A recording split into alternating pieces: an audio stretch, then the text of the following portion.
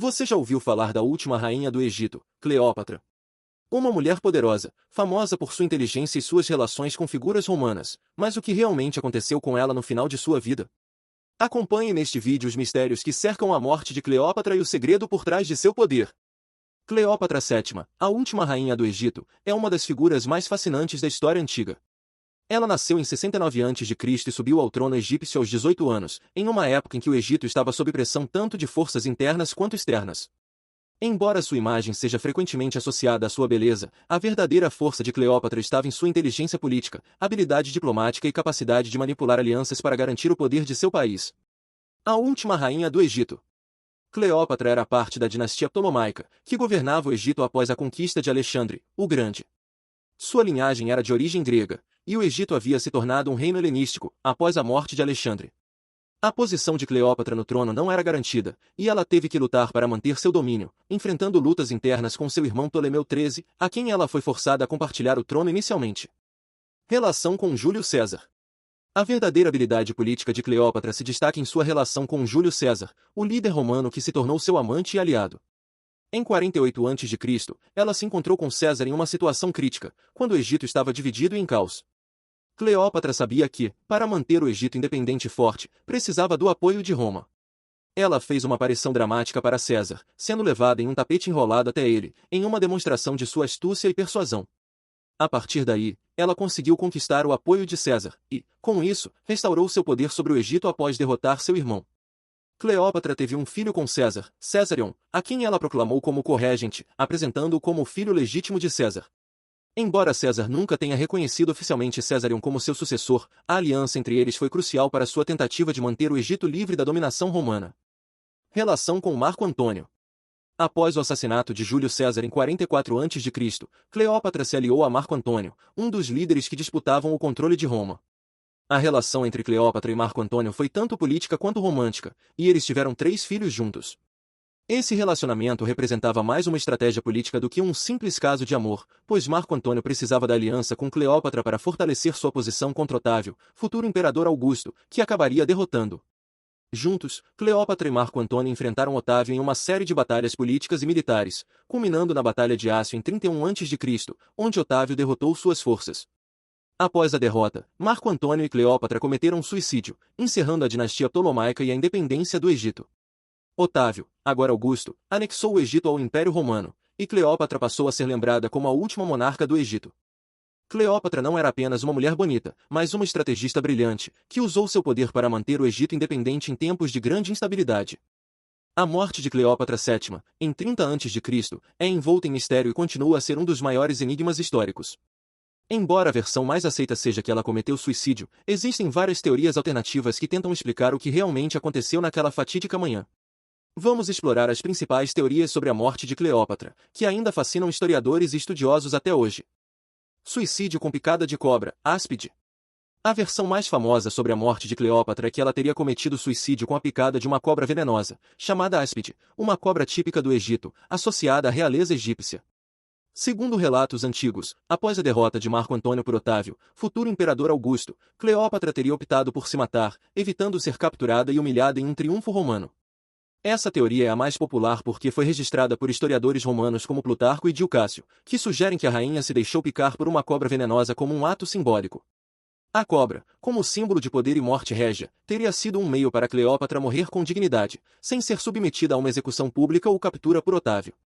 Contudo, há muitas incertezas sobre essa história. Não existem provas concretas de que a rainha tenha usado uma cobra venenosa. Alguns historiadores sugerem que a narrativa foi exagerada ou até fabricada ao longo do tempo. A ideia da cobra poderia ter sido um mito construído pelos romanos para glorificar a morte de uma rainha que resistiu até o fim, ou um símbolo de sua ligação com os deuses egípcios, em especial Ísis, a deusa da magia e da morte. Envenenamento, a morte gradual. Outra teoria bastante explorada é que Cleópatra e Marco Antônio foram envenenados, talvez como parte de uma conspiração para garantir que ambos morressem sem criar mais tumulto. A ideia de envenenamento é plausível porque, na época, o envenenamento era uma prática comum entre os nobres e figuras políticas que precisavam eliminar seus rivais ou inimigos de maneira discreta. Alguns estudiosos sugerem que Cleópatra poderia ter sido envenenada de forma gradual, talvez com venenos conhecidos como arsênico ou cicuta, que causariam a morte lentamente sem deixar vestígios evidentes. Esse envenenamento poderia ter sido orquestrado por Otávio, que já havia derrotado seus inimigos, ou até mesmo por aliados romanos que temiam a popularidade de Cleópatra e sua capacidade de se tornar uma figura mítica no Egito. A teoria do envenenamento também é interessante porque se encaixa com a ausência de ferimentos físicos ou sinais de uma morte violenta. Se Cleópatra tivesse sido envenenada, poderia ser mais difícil detectar a causa exata de sua morte, e a narrativa de sua morte como suicídio por cobra teria sido uma forma conveniente de encobrir os reais motivos de sua morte. Execução por Otávio Augusto. Uma teoria mais radical e menos aceita é que Cleópatra não se suicidou, mas foi executada por Otávio Augusto, disfarçando sua morte como um suicídio para preservar sua dignidade e evitar uma execução pública humilhante. Segundo essa teoria, Otávio, após derrotar Marco Antônio e tomar o controle do Egito, não teria querido capturar Cleópatra viva para exibi-la como prisioneira em um triunfo romano. Ao invés disso, ele poderia ter mandado matar Cleópatra secretamente, apresentando a morte como um suicídio. O objetivo de Otávio, nesse caso, seria evitar que Cleópatra se tornasse uma símbolo de resistência e heroísmo.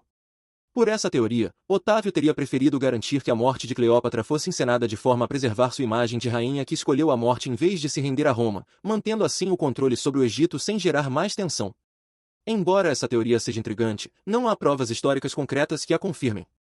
No entanto, ela levanta questões interessantes sobre as motivações políticas de Otávio e a forma como ele poderia ter manipulado a narrativa sobre a morte de Cleópatra para garantir uma transição suave de poder. Morte natural ou colapso emocional.